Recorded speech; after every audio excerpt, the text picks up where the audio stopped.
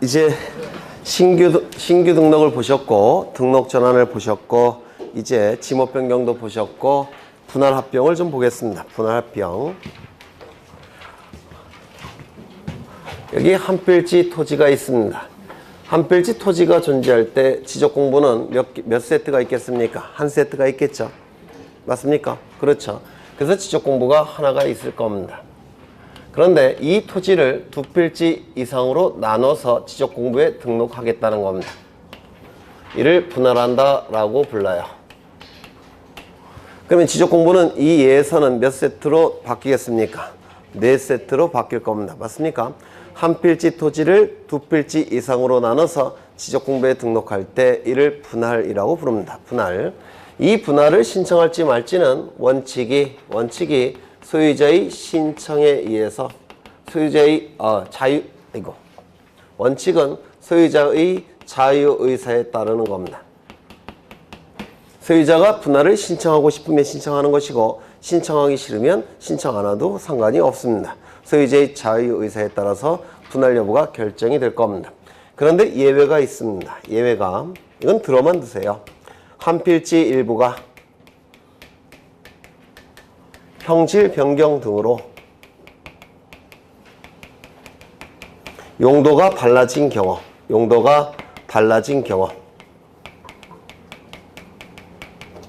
소유자는 60일 이내에 분할을 신청해야 됩니다. 이건 의무예요.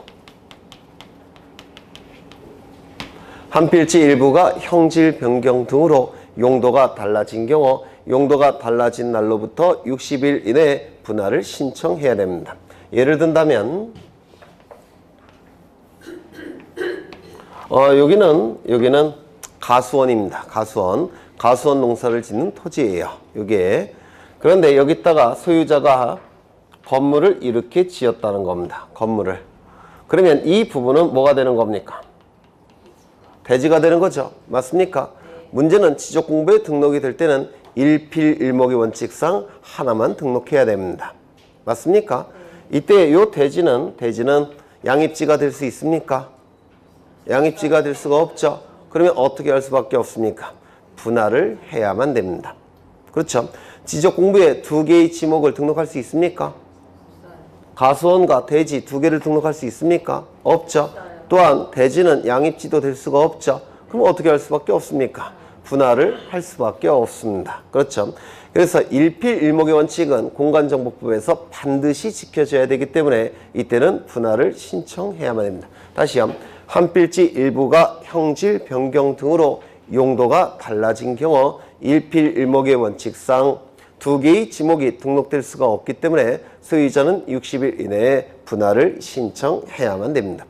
그냥 들어만 두세요. 나중에 계속 반복할 거니까. 원칙은 소유자의 자유의사에 달려 있지만 예외적으로 소유자가 분할을 신청해야만 되는 경우도 존재할 수 있다는 겁니다. 이게 분할이에요. 출제는 주로 이게 출제가 됩니다. 요게. 그 다음에 두 필지 이상의 토지를 한 필지로 합쳐서 지적 공부에 등록하는 경우가 합병이라고 부릅니다. 그러니까 분할의 반대예요. 한 필지가 두 필지 이상으로 나눠서 지적 공부에 등록되는 것은 분할. 두 필지 이상의 토지가 한 필지로 합쳐져서 지적 공부에 등록하는 것을 합병.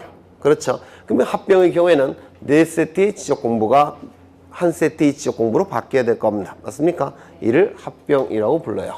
이 합병은 원칙이 소유자의 자유의사에 달려 있습니다. 소유자가 합병을 신청하고 싶으면 신청하는 것이고 합병을 신청하기 싫으면 안 해도 그만이에요. 다만 이 경우에도 예외가 존재합니다. 예외가. 이게 출제가 주로 되는데요. 어느 경우가 예외냐면 이 토지들이 철제, 전구, 유수, 학도, 부채, 공장의 지목이 되는 경우 소유자는 60일 이내에 합병을 신청해야 됩니다. 토지가 철제, 전구, 유수, 학도, 부채, 공장의 지목이 되는 경우에는 소유자는 60일 이내에 합병을 신청해야만 됩니다. 공통점이 있는데 이게 뭡니까? 공익성이 강한 지목들이에요. 공공성이 강한 지목들이니까 공공성을 위해서 소유자의 자유의사를 좀 억제하겠다는 겁니다. 그래서 60일 이내에 합병을 신청해야 됩니다.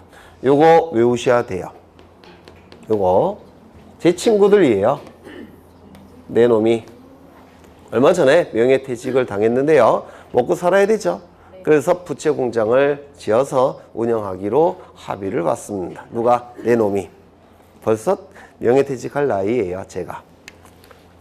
철제, 천구, 유수, 학도, 부채 공장. 전부 다 지목의 부호인데요.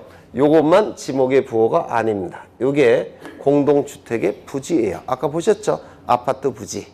요것만 빼고서는 전부 다 지목의 부호인데요. 아까 요건 보셨죠?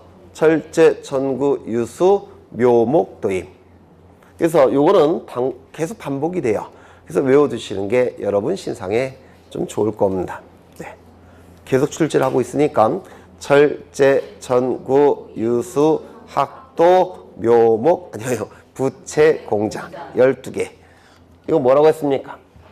철도용지, 제방, 하천, 국어, 유는요? 유지. 유원지는 원이 부호고 유지는 유가 부호예요. 그래서 유지와 유원지 두 문자를 둘 다 따면 겹쳐버리죠. 그래서 유지는 두 문자를 딴 것이고 유원지는 차 문자를 딴 겁니다. 그렇죠. 유지, 수도용지, 학교용지, 도로, 공동주택의 부지, 체육용지, 공장용지, 아니 공원. 이거는 공장용지. 공원과 공장용지도 두 문자를 따버리면 둘 다 공이 돼버리죠. 겹치니까 공원은 두 문자를 딴 것이고 공장용지는 두 번째 글자를 딴 겁니다. 공원, 공장용지. 이게 외워두셔야 될 거예요. 출제를 하고 있으니까 철제, 전구, 유수, 학도, 부채, 공장. 이렇게 외워두셔야 돼요. 네. 사실은 아까 제3자가 대위 신청하는 경우 4가지가 있다고 했는데 기억나십니까? 첫 번째 공공사업, 두 번째 국가나 지자체, 세 번째 공동주택의 부지, 네 번째 채권자. 얼핏 기억나십니까? 거기 첫 번째 뭐였죠? 공공사업. 공공사업이라는 문구가 나오면 뒤따르는 지목들이 있습니다. 공공사업이 나오면 뒤따르는 지목들이 있는데 그게 바로 요거예요. 4개. 철제, 천구, 유수, 학도.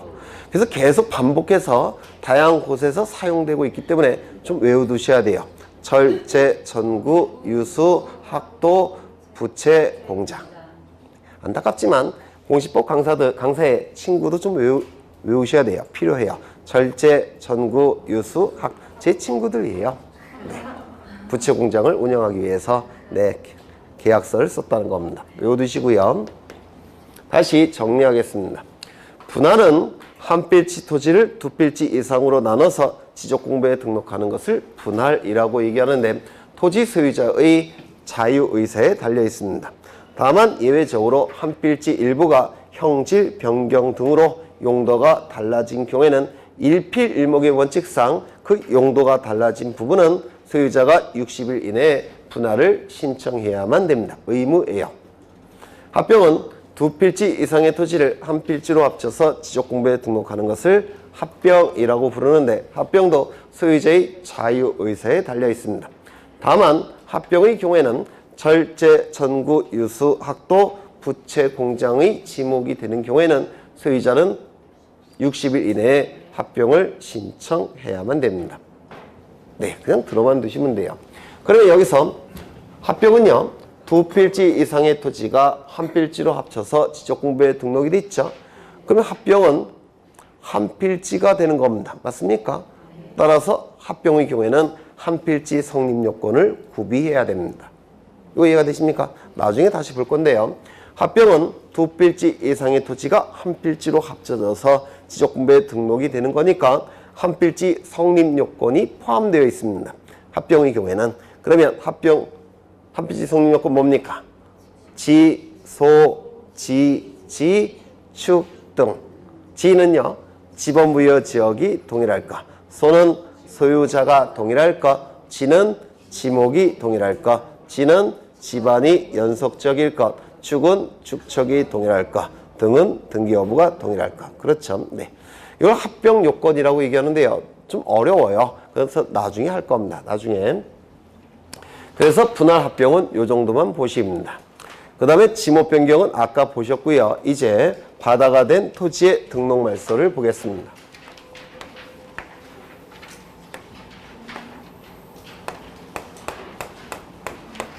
여기는 밀물, 즉 최대 만조위선입니다. 여기는 바다고요. 그 다음에 여기서부터 여기까지는 100번지 토지입니다. 소유자는 갑이에요. 소유자는 갑입니다. 그러면 이 100번지 토지 이 부분은 한 필지 토지겠죠. 100번지 토지니까 한 필지 토지가 될 겁니다. 이 토지에 관한 정보가 지적공부에 토지의 표시와 소유자가 등록되어 있을 겁니다. 한 필지 토지가 지적공부에 토지의 표시와 소유자가 등록되어 있습니다. 그런데 남국과 북국의 빙하가 녹기 시작합니다. 녹기 시작하면 바다가 올라가겠죠. 맞습니까? 바다가 올라갔습니다. 여기까지. 그래서 최대 만조위선이 여기가 됐습니다. 최대 만조위라는 것은 밀물대를 얘기해요. 밀물. 썰물, 밀물 할 때 밀물. 그러면 이제 여기가 다 바다가 됐으니까 이 100번지 토지가 뭐로 바뀐 겁니까? 바다가 됐습니다. 그렇죠. 바다가 됐다면 더 이상 토지가 아니죠. 따라서 이 지적 공부는 어떻게 해야 되겠습니까? 말소해야 될 겁니다. 더 이상 토지가 아니라 바다니까. 이를 바다가 된 토지의 등록을 말소한다 라고 얘기합니다. 바다가 된 토지의 등록을 말소하는 것. 그런데 남국과 북국의 빙하가 다시 얼기 시작합니다. 얼음이. 그러면 이게 내려가겠죠. 이만큼 내려왔습니다. 똑같이. 그러면 이제 다시 바다가 뭐로 바뀌었습니까? 토지가 된 겁니다. 토지가 됐다면 지적공부 어떻게 해야 될까요? 다시 만들어야 될 겁니다. 토지의 표시와 소유자가 다시 만들어줘야 될 겁니다. 맞습니까? 따라서 지적소관청은 회복 등록을 할 수 있습니다. 이 문구를 기억하셔야 돼요. 회복 등록한다 또는 회복 등록해야 된다 라고 규정되어 있다면 이건 의무가 돼버립니다. 그런데 회복 등록할 수 있다라고 되어 있기 때문에 의무 규정이 아니에요. 민법에서 나중에 토지포락 이론이라는 걸 공부하실 거예요. 혹시 들어본 적 있습니까? 토지포락. 그것과 일치시켜야 되기 때문에 할 수 있다라고 규정되어 있는 겁니다. 이거 좀 외워두셔야 돼요. 즉 지적소관청의 자유재량에 달려있는 겁니다. 자유로운 재량에 달려있는 겁니다. 이게 네, 이게 바다가 된 토지의 등록말소라고 얘기합니다. 만약에 바다가 여기까지 올라간 게 아니라 중간 여기까지만 올라갈 수도 있겠죠. 여기까지만 올라갔습니다. 그렇다고 한다면 만약에 여기까지만 올라갔다면 여기 경계에서 딱 멈췄어요. 여기는 101번지 토지인데 이쪽은 경계에서 딱 멈췄다면 새로운 경계를 구할 필요가 있습니까? 없습니까? 없겠죠. 기존의 경계를 이용만 하면 되겠죠. 그런데 바다가 여기까지 올라간 게 아니라 여기까지 올라갔다면 토지와 바다의 새로운 경계가 나타납니까? 나타나죠. 그러면 경계를 새로 그려야 되니까 뭐가 필요하겠습니까? 측량이 필요합니다. 그래서 전부 바다가 됐다면 측량이 필요 없지만 일부 바다가 됐다면 경계가 새로 그려져야 되기 때문에 측량이 필요합니다. 맞습니까? 네. 그렇겠죠? 네, 이 정도만 보십니다. 바다가 된 토지의 등록 말소라고 얘기를 합니다. 그래서 지금까지 보신 게 일반적 토지 이동이라고 불러요. 책을 좀 확인하겠습니다. 개념 위주로 보실 거예요. 개념 위주로 93쪽에 토지 이동 사유가 나와 있는데요.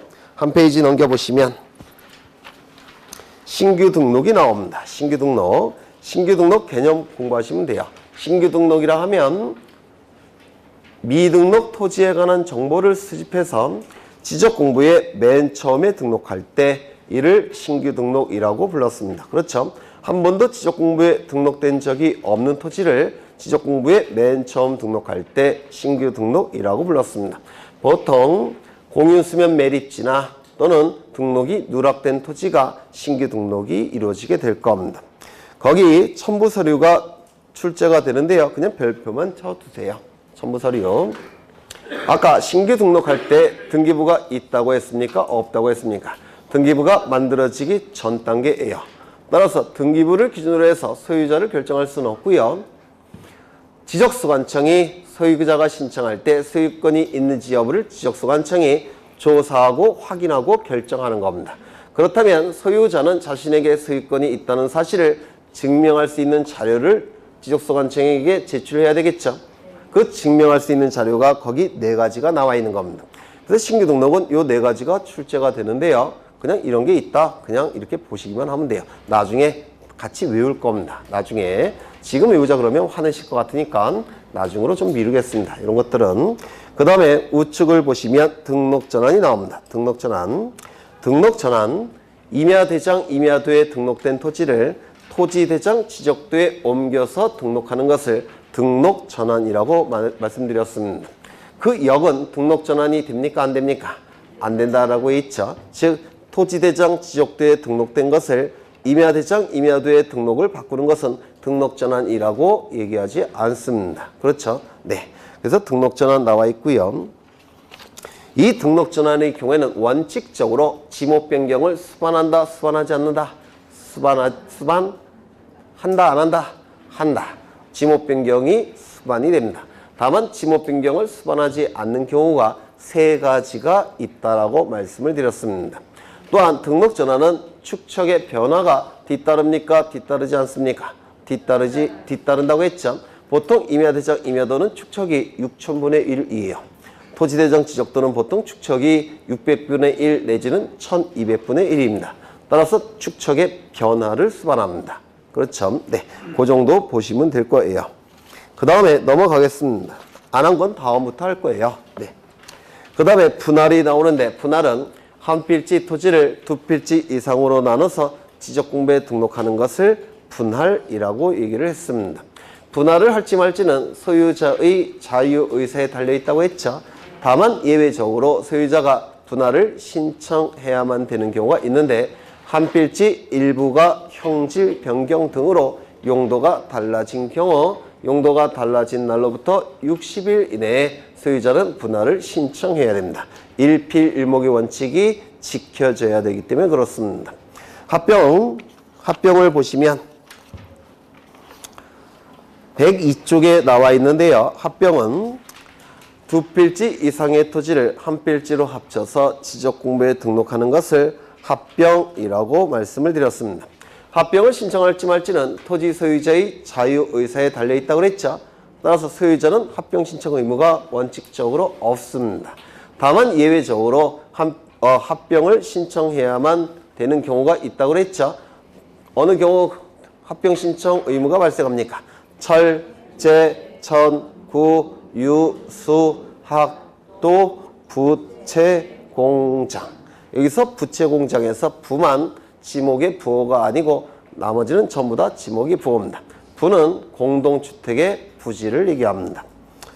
그 다음에 합병 요건이 나오고 있는데 합병 요건 이게 참 어려워요. 민법 지식이 있어야 되는데요. 그 민법 지식 중에서도 아주 높은 수준의 민법 지식이 필요해요. 이 합병 요건은. 그래서 일단은 나중에 할 건데요. 일부만 할 겁니다. 합병 요건 안에는 뭐가 포함될 수밖에 없다고 했습니까? 한 필지 성립 요건이 들어갈 수밖에 없다고 했죠. 2필지 이상의 토지를 합쳐서 한 필지로 등록하는 것이라서 한 필지 성립 요건이 합병 요건 안에 포함되어 있습니다. 한 필지 성립 요건 다시 외우겠습니다. 첫 번째, 지번 부여 지역이 동일할 것, 소유자가 동일할 것, 지목이 동일할 것, 지반이 연속적일 것, 축척이 동일할 것, 등기 여부가 동일할 것. 그 안에 들어가 있습니다. 한 필지 성립 요건들이. 나머지 요건들은 아직은 힘드세요. 민법 지식도 아주 높은 민법 지식이 필요하니까 나중에 민법을 좀 더 공부하신 다음에 설명을 드릴 겁니다. 그 다음에 넘겨보시면 지목 변경. 지목 변경은 원칙이 토지의 형태와 성질이 변경이 됐을 때 지적공부에 등록되는 지목을 바꿔주는 거, 이를 지목 변경이라고 말씀을 드렸습니다. 지목 변경 중에서 일부는 등록 전환 안에 들어간다고 했죠. 기억나십니까? 그렇죠. 그래서 임야대장, 임야도에 등록되는 지목에서 토지대장, 지적도에 등록되는 지목으로 바뀔 때는 지목 변경이라고 하지 않고 등록 전환, 그 이외만 지목 변경이라고 말씀을 드렸습니다. 그렇죠. 그 다음에 넘어가겠습니다. 바다가 된 토지의 등록 말소. 바다가 된 토지의 등록 말소는 토지가 바다가 됐을 때 지적 공부가 더 이상 필요 없기 때문에 등록을 말소시키는 것을 바다가 된 토지의 등록 말소라고 부릅니다. 이걸 한자로 이렇게 표현해요.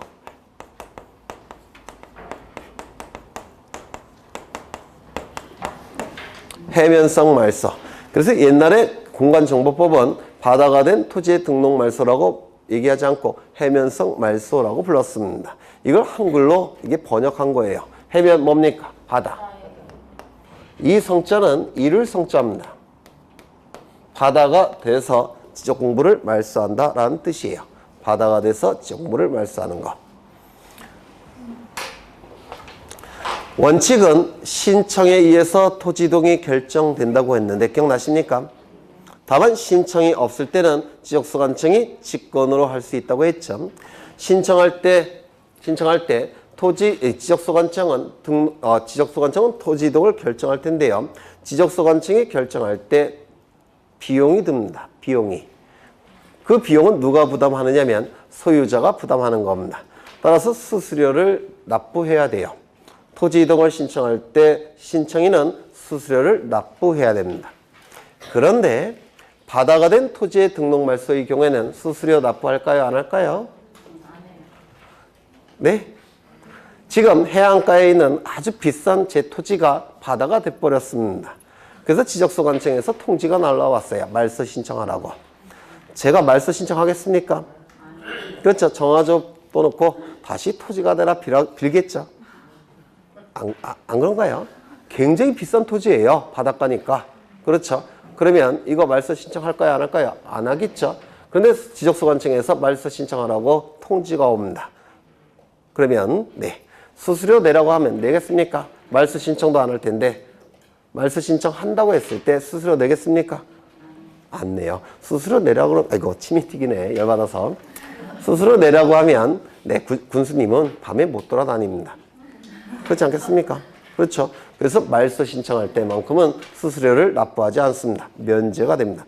다른 토지 이동의 경우에는 수수료 납부해야 되지만 말소 신청할 때는 수수료 납부하지 않습니다. 가뜩이나 열받아 죽겠는데 네. 뭐 그런 내용이 나오게 돼요. 네, 개념만 보십니다. 그 다음에 이제 특수한 토지 이동을 보실 텐데요. 특수한 토지 이동에서 주로 출제가 되는 것은 등록상 정정과 축적 변경이 출제가 됩니다.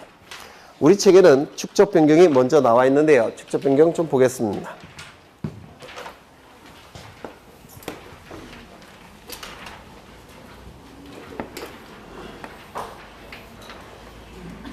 너무 크네.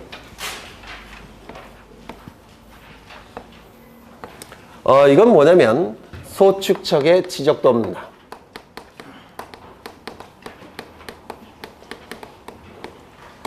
이 지적도는 한 필지만 등록되는 게 아니고요. 굉장히 많은 토지들이 같이 등록되어 있습니다. 이렇게. 그런데 소축척이니까 토지의 모양이 큰 모양으로 등록되겠습니까? 작은 모양으로 등록되겠습니까? 작은 모양으로 등록이 될 겁니다. 맞습니까? 소축척이니까 굉장히 많이 이걸 압축시킨 겁니다. 그렇죠? 그런데 시간이 흘러가다 보면 땅값이 계속 올라갑니다. 땅값이 계속 올라가다 보면 토지 소유자가 팔고 싶은데 팔리지가 않아요. 왜? 대금이 올라가니까. 그러면 팔기 위해서는 어떻게 할 수밖에 없습니까? 토지를 쪼갤 수밖에 없습니다. 그렇죠? 분할을 할 수밖에 없어요. 팔기 위해서는. 그래서 시간이 흘러가게 되면 토지가 자꾸 쪼개집니다. 분할이 됩니다. 자꾸 쪼개집니다. 이렇게. 토지들이 자꾸 쪼개져요. 가뜩이나 소축적의 지적도라서 토지의 모양이 굉장히 작게 등록된 상태인데 여기서 분할까지 이루어지게 되면 이게 모양이 점점 작아집니다. 모양이 점점 작아지면 공시기능이 어떻게 되겠습니까? 떨어집니다. 정밀도가 떨어진다는 뜻입니다. 그러면 어떻게 할 수밖에 없습니까? 정밀도를 높이기 위해서 대축척으로 바꿔야 되겠죠. 이거 이해가 되십니까? 네. 이 소축적의 지적도가 가뜩이나 모양이 작게 등록되어 있는데 자꾸 분할이 되다 보면 이게 점점 모양이 작아집니다. 공시기능이 떨어질 수밖에 없어요. 그러면 어떻게 해야 되느냐? 대축척으로 바꿔서 등록해야 됩니다. 큰 모양으로. 대축척의 지적도로 바꾼다는 겁니다. 대축척이니까 소축척보다는 이 모양이 큰 모양으로 나올 겁니다. 맞습니까? 네. 그래서 큼지막하게 이렇게 그려집니다. 소축척의 지적도에서 대축척의 지적도로 바꾸는 거, 이를 축척이 변경된다라고 얘기를 하는 겁니다. 소축척의 지적도를 대축척의 지적도로 바꾸는 거, 이를 축척 변경이라고 불러요. 그러면 이 축척 변경이 이루어지게 되면 이 도면의 정밀도는 어떻게 되겠습니까? 네? 올라가겠죠. 소축척과 대축척을 비교해보면 어느 것이 더 정밀합니까? 대축척이 정밀합니다. 그래서 정밀도가 올라갑니다. 맞습니까? 그렇죠. 두 번째, 여기는 하나의 지번부여 지역이에요. 여기는 지금 무슨 동인가요? 철산동이죠. 철산동이라는 지번부여 지역입니다. 이 철산동이라는 지번부여 지역은 지적도가 총 몇 장으로 구성되어 있느냐면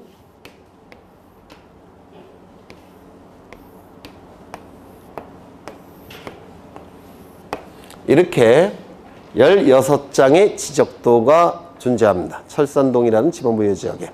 지번부여 지역은 도시지역은 동이 지번부여 지역이고 농촌지역은 리가 지번부여 지역이라고 했죠. 여기는 동이니까 여기가 철산동이 하나의 지번부여 지역입니다. 이 철산동이라는 지번부여 지역 안에는 총 16장의 지적도가 존재합니다. 16장이. 그런데 문제가 뭐냐면 요 9장은 축척이 600분의 1입니다. 그런데 요 4장은 축척이 1200분의 1이더라는 겁니다. 어떠한 현상이 발생할까요? 공시기능에 혼란이 발생합니다. 하나의 지번부여 지역이라고 한다면 그 지번부여 지역 안에 있는 도면은 축척이 일치해야 됩니다. 축척이 달라져 버리면 이쪽은 토지들이 큼지막하게 그려지겠죠. 이쪽은 토지들이 작게 그려지겠죠. 공시기능에 혼란이 발생합니다. 그러면 공시기능에 혼란이 발생하는 것을 방지하기 위해서는 당연히 축척을 일치시켜야 될 겁니다.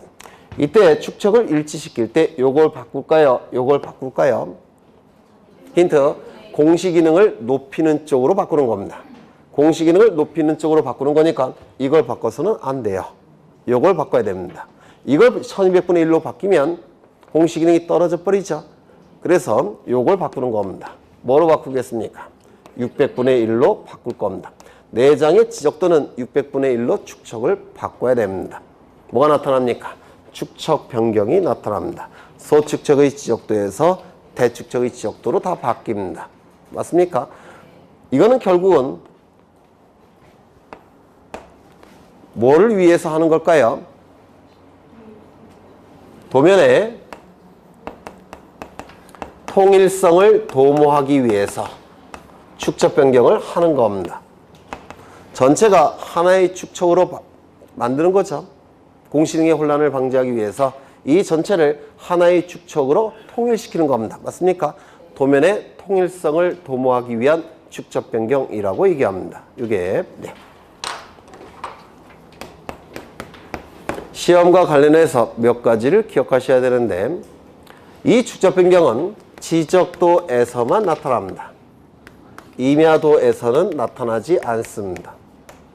임야도는 거래가 잘 안 되는 토지라고 했죠. 효율성을 높일 필요도 없죠. 효율적 관리의 필요성도 떨어지죠. 그러면 공시 기능을 구태여 높일 필요가 있습니까? 없더라는 겁니다. 그래서 이 축적 변경은 지적도에서만 나타납니다. 임야도에서는 나타나지 않습니다. 이걸 좀 기억해 두셔야 돼요. 축적 변경은 지적도에서만 나타납니다. 그래서 소축척의 지적도에서 대축척의 지적도로 바뀌는 경우만 축척 변경이라고 얘기합니다. 그러면 아까 등록전환은 임야대장 임야도에서 토지대장 지적도로 바뀌는 거였죠. 임야도에서 지적도로 바뀌는 거죠. 맞습니까? 그러면 그건 축적 변경이라고 얘기할 수 있다 없다? 네? 다시요. 정확하게 6초 전에 제가 지적도에서만 축적 변경이 나타난다고 그랬죠. 소축척의 지적도에서 대축척의 지적도로 바뀌는 것만 축적 변경입니다. 근데 등록전환은 지적도에서 지적도로 바뀐 게 아니라 소축척의 임야도에서 대축척의 지적도로 바뀌었죠. 개념이 같아요? 달라요? 다르죠. 따라서 등록전환은 축적 변경이라고 얘기하지 않습니다. 그래서 제가 아까 축척 변화라고 표현했지 축척 변경이라고 표현하지 않았습니다. 네, 나중에 다시 할 거예요. 두 번째, 소축척의 지적도에서 대축척의 지적도로 바뀌는 게 축척 변경입니다. 그러면 이것도 축척 변경인가요? 아닌가요? 이건 축척 변경일까요? 아닐까요? 아닙니다. 이유는요. 대축척에서 소축척으로 바뀌면 정밀도가 어떻게 됩니까? 떨어져요. 축척 변경 제도는 정밀도를 높이기 위한 제도예요. 따라서 이 대축척에서 소축척으로 바뀌면 이 축적 변경이 만들어진 취지와 충돌을 일으킵니다. 따라서 이는 축적 변경이라고 얘기하지 않습니다. 이거 단골로 출제가 계속 출제가 되는 것들이에요. 그냥 이해를 하시는 게 좋습니다. 외우지 마시고. 네. 그 다음에 축적 변경과 관련해서 절차, 이거 전에 축적 변경은 소유자들의 신청에 의한 것도 가능하고 지적소관청의 직권에 의해서도 가능한데요. 이게 왜 중요하냐면 예전에 공간정보법이 바뀌기 전에는 이게 허용되지 않았습니다. 이것만 허용이 됐었어요. 그런데 법이 바뀌면서 이것도 가능하게 된 겁니다. 그래서 이 축적 변경은 따로 좀 암기해 두셔야 돼요. 신청, 직권 다 가능하다는 거. 이때 이 축적 변경은 한 필지만 달라지는 겁니까? 아니면 그 지적도 안에 있는 거 다 바뀝니까? 바뀌죠. 소축척에서 대축척으로 바뀌니까 정밀도가 올라가죠. 정밀도가 올라가니까 그 안에 들어와 있는 모든 토지들은 면적이 바뀝니다. 면적이 늘어나는 토지도 있을 테고 면적이 줄어드는 토지도 있을 겁니다. 면적이 늘어나는 토지는 소유자가 좋아해야 되겠습니까? 네? 합리적이지 않죠. 따라서 늘어난 만큼 돈으로 뺐습니다. 면적이 줄어드는 토지는 소유자가 싫어할 필요도 없습니다. 왜? 줄어드는 만큼 돈으로 보상해 줍니다. 이를 청산 절차라고 불러요. 그래서 이 축적 변경은 면적이 바뀌게 되는데요. 면적이 늘어나는 토지는 소유자에게 돈으로 강제로 징수합니다. 줄어드는 토지는 소유자에게 돈으로 보상해 줍니다. 이를 청산 절차라고 불러요. 그래서 이 축적 변경은 청산 절차가 출제가 됩니다. 나중에 할 거예요. 아마 프린트가 나갈 겁니다. 프린트로 다 외울 겁니다. 우리가 출제가 되니 안 어려워요. 네. 10번 이상 하니까 저절로 암기가 되실 겁니다. 네. 그래서 축적 변경은 이 정도 보실 거예요. 내용이 참 많죠. 네. 쭉 넘기셔서 이제 116쪽의 등록사항 정정을 보실 건데요.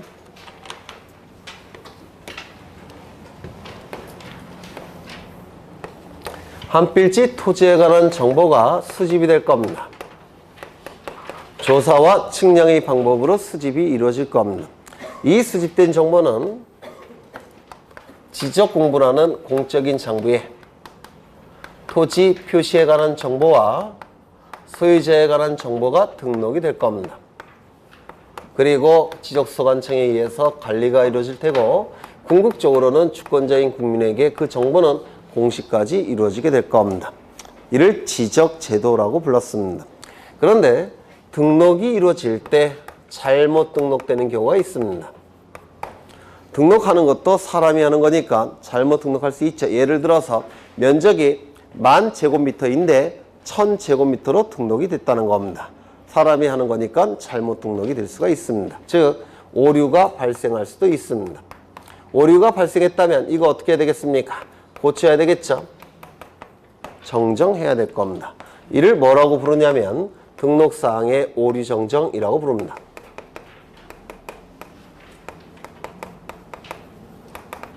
너무 기니까 생략해서 등록상 정정이라고 부릅니다. 지적공부에 등록이 이루어질 때 오류가 발생하게 되면 이를 정정하는 거, 이를 등록상 오류 정정이라고 불러요. 어렵지 않죠? 너무 어려우세요? 지루해서 그렇죠? 네. 원래 공부라는 건 지루해요. 네. 막 눈이 감기시는 분들도 있고, 네. 지금은 아마 선생님들이 복습 위주로 하라고 공부하십니까? 보통 그런 말씀 안 하셨어요? 복습? 네? 복습? 예습은 미리 공부하는 거고 복습은 강의 들은 다음에 공부하는 거죠. 네. 지금은 너무 백지니까 복습 위주로 아마 보통 선생님들이 하라고 말씀을 하실 텐데 예습과 복습은 교육학에서 몇 배 차이가 있을까요? 8배 차이가 있답니다. 8배. 교육심리학에서 8배의 효과 차이가 있답니다. 그럼 어느 게 더 클까요?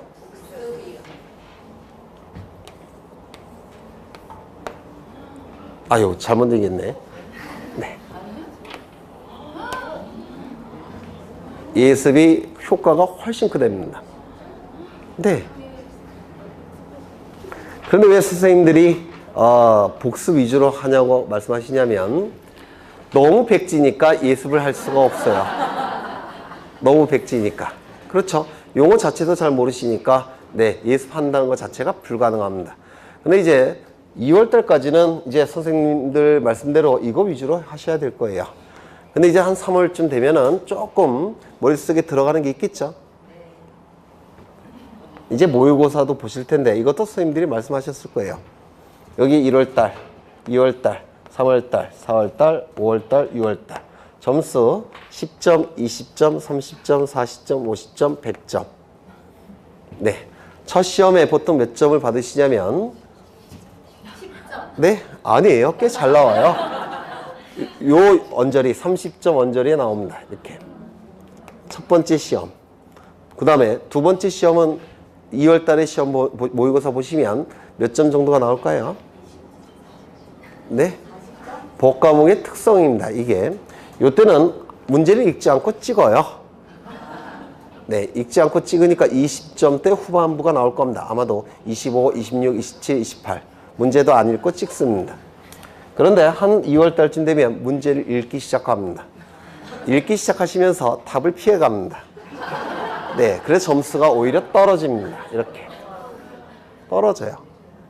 읽기 시작하니까 네, 답을 피해 가셔요. 보통 이게 정상입니다. 정상.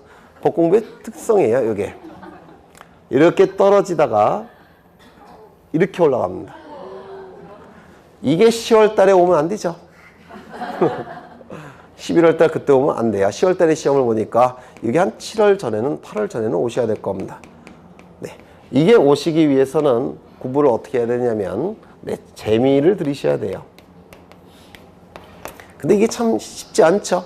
어렵죠. 공부하는 게 재밌다는 사람은 제가 볼 때는 참 이상한 사람 같은데 예전에 제 수험생 중에 한 10년 좀 더 된 것 같은데 벌이가 굉장히 그러니까 전문직이셨어요. 연봉이 그 당시에 8천 정도 받으신 분이었는데 굉장히 큰 연봉이 굉장히 크죠. 지금도 8천은 대단한 건데 한 12년쯤 전이니까 네, 굉장히 연봉이 고액 연봉자였어요. 근데 중개사 공부를 하셨습니다. 그분이 왜 하시냐고 했더니 공부하는 게 너무 재밌답니다. 그래서 책을 읽다가 가불병이라는 문구가 나오면 흥분이 된대요. 우리는 가불병이 나오면 짜증이 나는데, 네, 저도 짜증이 나요. 근데 그분은 막 흥분이 된답니다. 그래서 공부를 시작하셨대요. 네. 그러니까 이게 제일 중요해요. 근데 이 재미를 드리는 게 쉽지는 않아요. 그럼 어떻게 해야 되느냐? 재미도 없는데. 네, 읽는 겁니다. 한 번 읽으면, 전체를 한 번 회독한다고 하는데, 한 번 읽으면 10점 정도가 나오는 겁니다. 두 번 읽으시면 20점. 책을 10번 읽으면 100점 나오시면 안 돼요. 왜 안 되냐면 100점 나오시면 네, 출제자가 굉장히 불쾌하다고 생각합니다. 그래서 그 다음에는 어렵게 나와요. 그래서 100점은 잘 안 나옵니다. 제 수험생 중에서 수석이 2번 나왔는데요. 그 수석하신 분들의 공통점이 뭐냐면 다 13번 이상 읽으신 분들이에요. 13번을 읽으니까 점수가 90점대 후반부가 나옵니다. 요게. 그래서 합격하시려면 이제 우리는 60점이죠. 최소한 6번 정도는 읽으셔야 돼요. 10번 정도 읽으시면 아마 90점대가 나올 겁니다. 우리는 시험이 60점이 합격 점수니까 몇 번 정도 읽으셔야 됩니까? 6번. 그러니까 6번 정도는 읽으시면 이제 합격하시게 돼요. 근데 보통 이제 10번 정도 읽으시면 떨어지고 싶어도 잘 안 떨어져요. 요게. 그래서 책을 자꾸 읽으십니다. 이것도 재미를 드리는 방법인데요. 교과서 받으시면 맨 앞에 한 페이지, 겉표지 넘겨보시면 백지가 있죠. 한 번 읽으실 때마다 이렇게 쓰십니다. 한 번, 두 번, 세 번, 네 번, 5번. 이게 몇 개가 있어야 됩니까? 2개. 근데 이게 늘어나는 게 굉장히 재밌어요. 한번 해보시면 아실 겁니다. 이게 하나씩 늘어날 때마다 막 희열을 느낍니다. 한번 해보세요. 그래서 이제 10개가 만들어지면 떨어지고 싶어도 안 떨어집니다. 요게 공부는 반복입니다. 반복. 그래서 책을 읽으실 때 모르는 부분이 꽤 많이 나옵니다. 근데 이제 그거를 해결하시려고 노력을 하시면 짜증나서 안 넘어가요. 그래서 이해가 안 되는 건 넘어가는 겁니다. 왜? 2번째 읽을 때 하면 되니까. 3번째 읽을 때 하면 되니까. 그렇죠? 그래서 5번 정도 읽으시면 저절로 이게 해결이 돼요. 그러니까 저 같은 경우는 대학 다닐 때니까 한 7, 8년쯤 전이 될 텐데요. 네. 그 가외를 좀 많이 했어요. 그래서 대학 다닐 때는 이제 그러니까 학원 강사, 국영수, 국어는 안 해봤고 영어 수학을 주로 했는데요. 학원 강사도 하고 가외도 많이 했는데 뭐라고 제가 가르치는 애들한테 얘기를 하냐면 수학 같은 거 문제 풀 때 잘 안 풀리죠? 그러면 30분 동안 째려보는 겁니다. 이렇게 문제를 째려보면 풀려요. 특이하게. 이게. 법 공부도 마찬가지 같은데요. 그렇다고 이제 어른이니까 째려볼 수는 없고 그냥 넘어가는 겁니다. 그냥 넘어가시고 2번째 읽을 때, 3번째 읽을 때 해갖고 10번째 정도 읽으시면 거의 대부분 이해가 되십니다. 요게. 네. 뭔 얘기 하다가 이런 건 원래는 민계공 선생님이 하셔야 되는데 우리 공시는 보조 강사라서 이런 거 하면 안 되는데 비밀입니다. 민계공 선생님한테 말씀하시면 안 돼요. 네.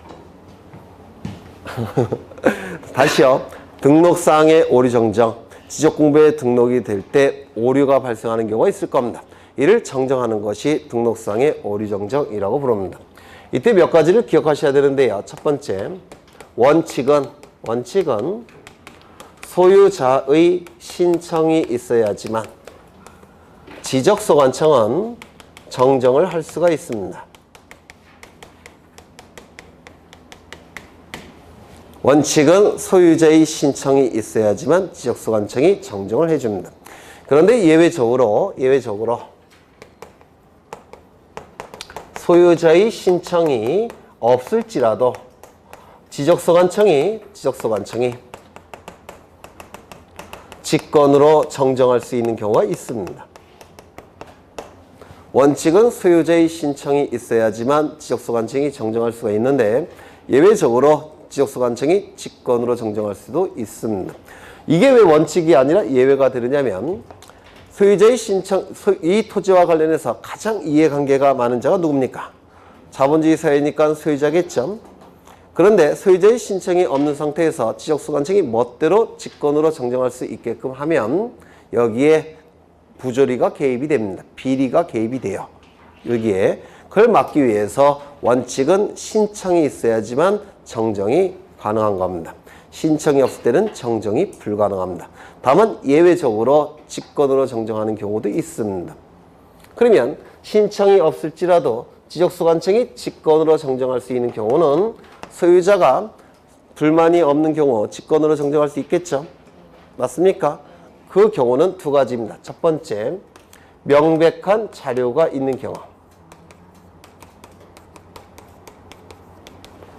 명백한 자료가 있다면 소유자가 뭐라고 얘기 못하겠죠? 이게 첫 번째 암기하셔야 됩니다. 명백한 자료가 있는 경우는 신청이 없을지라도 직권으로 정정할 수 있습니다. 두 번째,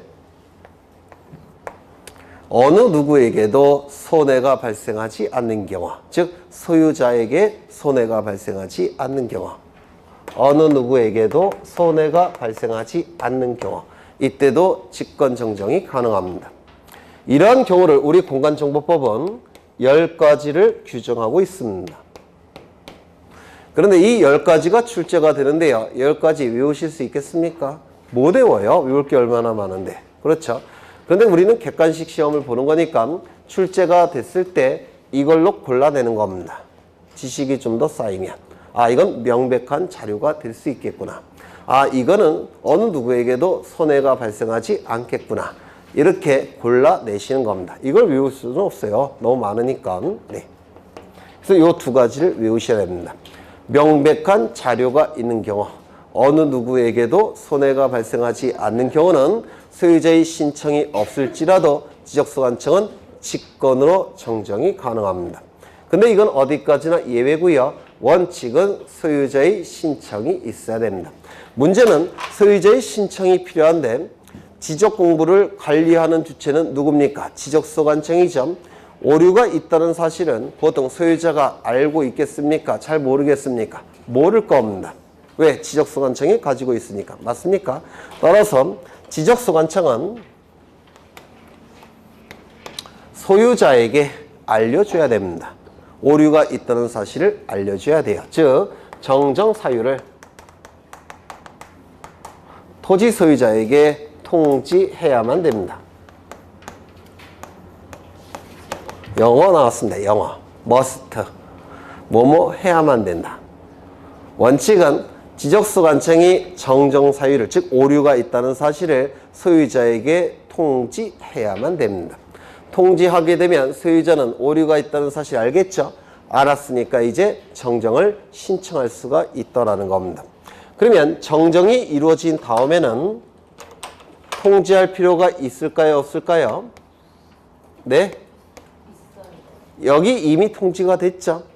사전에 통지가 이루어졌기 때문에 정정이 이루어진 이후에는 통지하지 않아도 됩니다. 통지할 필요가 없습니다. 사전 통지가 있기 때문에 사후에는 통지할 필요가 없다는 겁니다. 그러면 사전에 통지하고 정정하지 않는 경우도 있지 않냐? 그러면 깜방에 가게 돼요. 요 공무원이. 그래서 사전 통지만 하고 사후는 통지하지 않습니다. 그런데 직권으로 정정할 수 있다라고 한다면 구태여 토지 소유자에게 통지할 필요가 있을까요? 없겠죠. 물론 통지해주면 좋습니다. 좋아할 거예요. 하지만 통지하지 않아도 상관이 없습니다. 그래서 직권에 의한 정정의 경우에는 소유자에게 정정 사유를 통지해도 되고 통지 안 해도 상관이 없으니까 우리 법에서는 이렇게 규정되어 있습니다. 통지하지 아니할 수 있다. 이거 맞나? 이거 잘못했네. 통지하지 않아야 할 수 있다라고 규정되어 있습니다. 해도 되고 안 해도 상관이 없다는 겁니다. 왜요? 직권 정정이 가능하니까. 그렇다면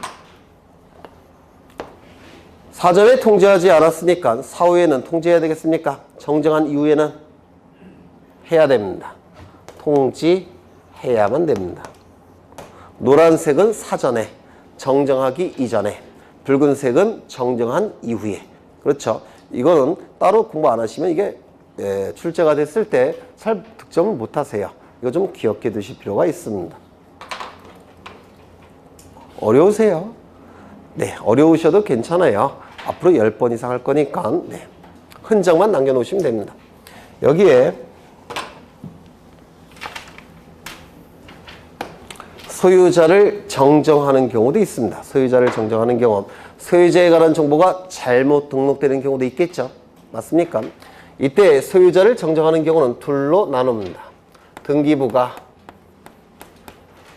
있는 경우, 등기부가 없는 경우 둘로 나눕니다.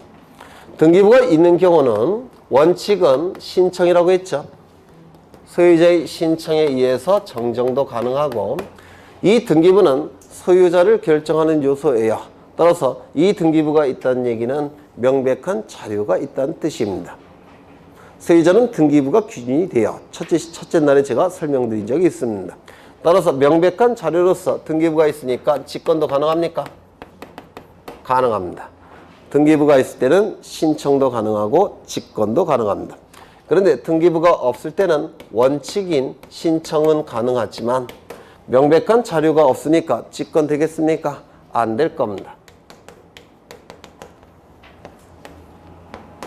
명백한 자료가 없기 때문에 신청도 일정한 제한을 받습니다. 어떠한 제한을 받느냐면 이름, 주민번호, 주소에 명백한 오류가 있는 경우, 단순한 오류가 있을 때는 신청도 안 돼요. 명백한 오류가 있는 경우만 신청이 가능합니다. 이때 가족관계, 등록상 증명서가 첨부가 돼야지만 신청이 가능합니다. 뭐 이런 것들이 출제가 될 거예요. 그냥 대충 보시기만 하면 돼요. 계속 반복할 테니까. 네. 그래서 등록상 정정은 이 정도 보시면 될 것 같습니다. 책을 좀 보겠습니다. 어디를 보시냐면 111쪽을 보십니다. 111쪽. 의의를 위주로 공부를 하시는 겁니다. 12월, 11월 달은 의의를 보시면 축적 변경이라 하면 지적도에 등록된 경계점의 정밀도를 높이기 위하여 소축척보다는 대축척이 정밀도가 훨씬 올라간다고 했죠. 정밀도를 높이기 위하여 작은 축척을 큰 축척으로 변경해서 등록하는 것을 축척 변경이라고 얘기합니다. 여기서 지적도라는 문구를 기억하셔야 돼요. 임야도라는 문구가 나오면 축적 변경입니까? 아닙니까? 아니에요. 지적도에서만 나타납니다. 거기 동글뱅이 1번을 보시면 쭉 읽어보시면 될 테고요. 2번을 보시면 큰 축척으로부터 작은 축척으로 변경하는 것은 축적 변경입니까? 아닙니까? 아니라고 했죠. 소축척에서 대축척으로 바꾸는 것만 축적 변경이고 대축척에서 소축척으로 바꾸는 것은 축적 변경이 아니라고 했습니다. 그 다음에 3번을 보시면 축적 변경은 지적도에서만 인정되고 임야도에서는 인정되지 않는다. 그래서 이 2번, 3번이 자주 출제가 되니까 좀 기억해 두셔야 됩니다. 그 다음에 요건. 요건은 거기 보시면 기억을 보시죠. 기억. 거기 보시면 가로에 정밀도가 낮을 때라는 핀이 있죠. 있습니까? 축적 변경은 두 가지 취지에 의해서 제도가 만들어진 겁니다. 첫 번째 뭡니까? 정밀도를 높이기 위해서. 그래서 여기 기억은 정밀도를 높인다는 내용이 나올 겁니다. 넘겨보시면 니은에 거기 첫째 줄에 가로를 보시면 통일성이 결여된 때라는 문구가 나오죠. 맞습니까? 그래서 축적 변경 제도가 만들어진 취지 두 번째 뭡니까? 도면의 통일성을 도모하기 위해서 축적 변경 제도가 나온 겁니다. 그냥 읽어두시면 돼요. 그 정도 보시고요. 나머지 내용들은 1월 달부터 진행을 할 겁니다. 쭉 가겠습니다. 어디를 보시냐면 118쪽을 보십니다. 118쪽에 의의가 나오는데요. 등록상 정정의 의의, 지적 공부에 등록이 됐을 때 잘못 등록되는 경우가 있을 겁니다. 그렇다면 오류가 나타났겠죠. 이 오류를 정정하는 거, 이를 등록상의 오류 정정, 너무 기니까 등록상 정정이라고 부릅니다. 원칙은 소유자의 신청이 있어야지만 지역소관청이 정정할 수 있습니다. 다만 예외적으로 10가지 경우에는 소유자의 신청이 없을지라도 지적소관청이 직권으로 결정할 수가 있습니다. 정정할 수가 있습니다. 그러면 직권으로 정정할 수 있는 경우는 10가지인데요. 공통점이 뭐라고요? 첫 번째, 명백한 자료가 있는 경우. 두 번째, 어느 누구에게도 손해가 발생하지 않는 경우. 그렇죠? 그래서 우측을 보시면 119쪽에 소관청이 직권에 의한 정정이 나와 있는데요. 요게 공통점이 뭐라고요? 명백한 자료가 있는 경우. 그리고 어느 누구에게도 손해가 발생하지 않는 경우입니다. 거기에는 9가지가 나와 있을 겁니다. 그리고 하나가 더 플러스 돼요. 등록사항 정정에서 하나 더 있습니다. 그래서 이 직권 정정은 10가지 사유가 존재합니다. 그거 외우셔도 돼요. 요 10가지. 이거 외우셔도 되고, 이걸 외우셔도 되고. 어디 갔지? 이거. 네, 선택은 여러분이 하시는 겁니다. 거기 있는 10가지 외우셔도 되고, 요거 외우셔도 되고. 네. 그 정도 보시고요. 넘어가겠습니다.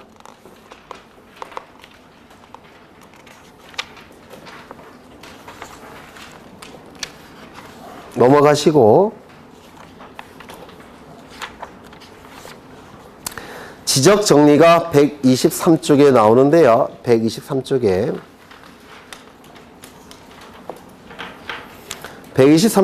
토지 이동에 따른 지적 정리가 나와 있고요. 124쪽을 보시면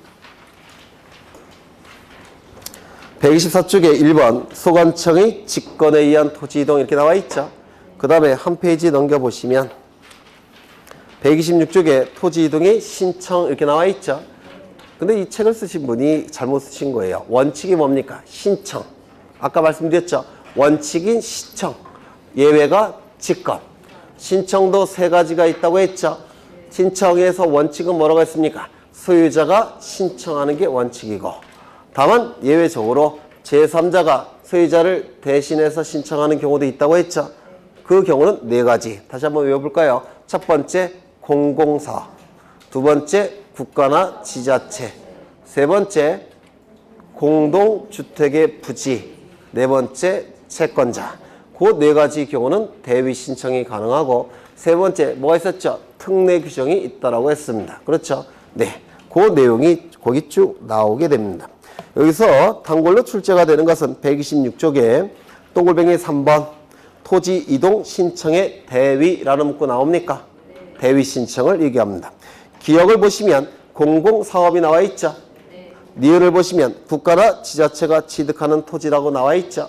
세 번째 보시면 공동주택의 부지라는 문구 있습니까? 네 번째 채권자라는 용어가 있죠. 네, 이게 출제가 되는 것들입니다. 요 4가지 반드시 외우셔야 되는데요. 거기 기역을 다시 보시면 공공사업 등으로 인하여 라고 되어 있고 그 뒤에 지목들이 나오죠. 요 지목 출제가 됩니다. 뭘까요? 철제, 전구, 유수, 학도까지입니다. 철제, 전구, 유수, 학도. 그러면 우리가 철제, 전구, 유수, 학도 이거 3군데에서 공부하셨어요. 첫 번째 합병. 합병에서는 12개의 지목이었는데 혹시 기억나십니까? 철제, 전구, 유수, 학도, 부채, 공장. 기억나시죠? 네. 철제, 전구, 유수, 학도, 부채, 공장. 그 다음에 두 번째, 대위 신청에서 공공사업이 나오는데 여기에도 나옵니다. 여기서는 철제, 전구, 유수, 학도까지입니다. 철제, 전구, 유수, 학도까지. 몇 개입니까? 8개. 여기는 12개. 여기는 8개. 세 번째, 임야대장, 임야도에 등록되는 지목이 정해져 있다고 했죠. 그건 10개였는데 임야대장과 임야도에 등록되는 지목도 10개. 뭐가 있었습니까? 철제, 전구, 유수까지입니다. 학도가 안 들어가요. 그리고 묘목, 도임. 다시요. 네. 요거는 철제, 전구, 유수, 학도, 부채, 공장. 여기는 철제, 전구, 유수, 학도. 여기는 철제, 천구, 유수, 묘, 목, 도, 임 10개. 네. 지금은 어려우시겠지만 한 7월 달쯤 되면 다 기계적으로 암기되어 있습니다. 걱정 안 하셔도 돼요.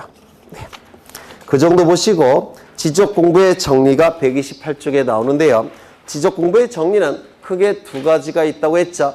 첫 번째 토지 이동 정리, 두 번째 소유자 정리. 그 정도만 기억하시면 돼요. 나머지는 너무 어려워서 지금은 소화를 못 시키십니다. 그냥 지적 정리는 토지 이동 정리와 소유자 정리 두 가지가 있다라고 기억하시면 되고요.